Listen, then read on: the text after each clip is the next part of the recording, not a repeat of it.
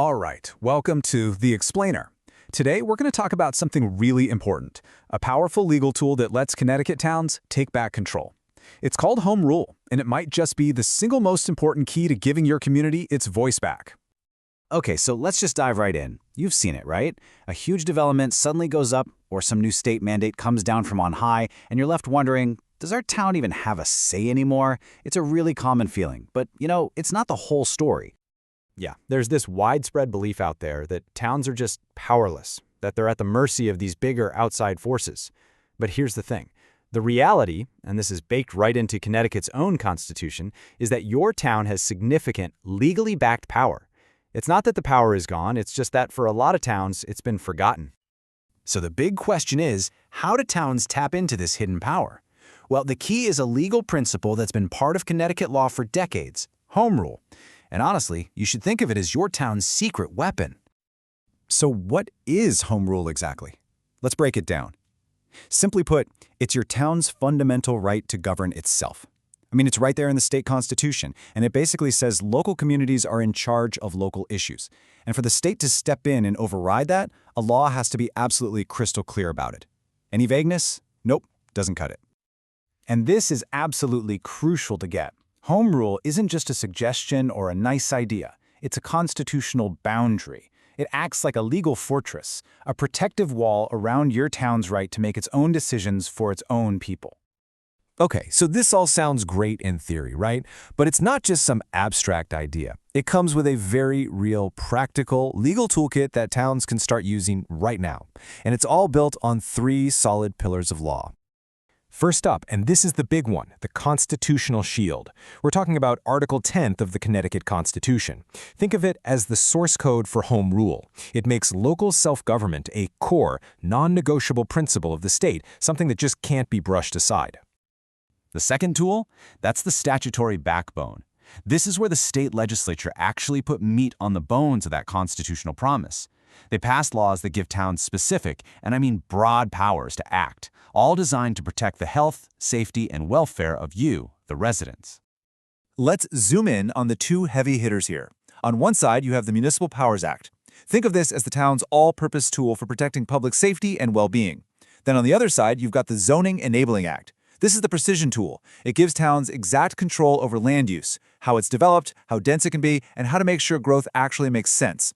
You put them together, and that is one powerful combination. And here's maybe the best part. Towns aren't out there fighting these battles on their own. The third tool in the kit is the growing support from the courts. We're seeing judges, all the way from right here in Connecticut up to the U.S. Supreme Court, increasingly siding with local authority, creating a really solid legal foundation for towns to stand on.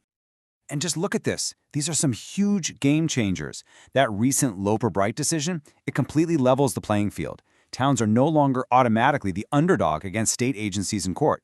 The principle from Carter v. Carter-Cole is so critical. It means private groups, advocacy organizations, they can't just dictate your local policy. And Sheets confirms that towns can absolutely require reasonable conditions for new developments. These are massive wins for local control.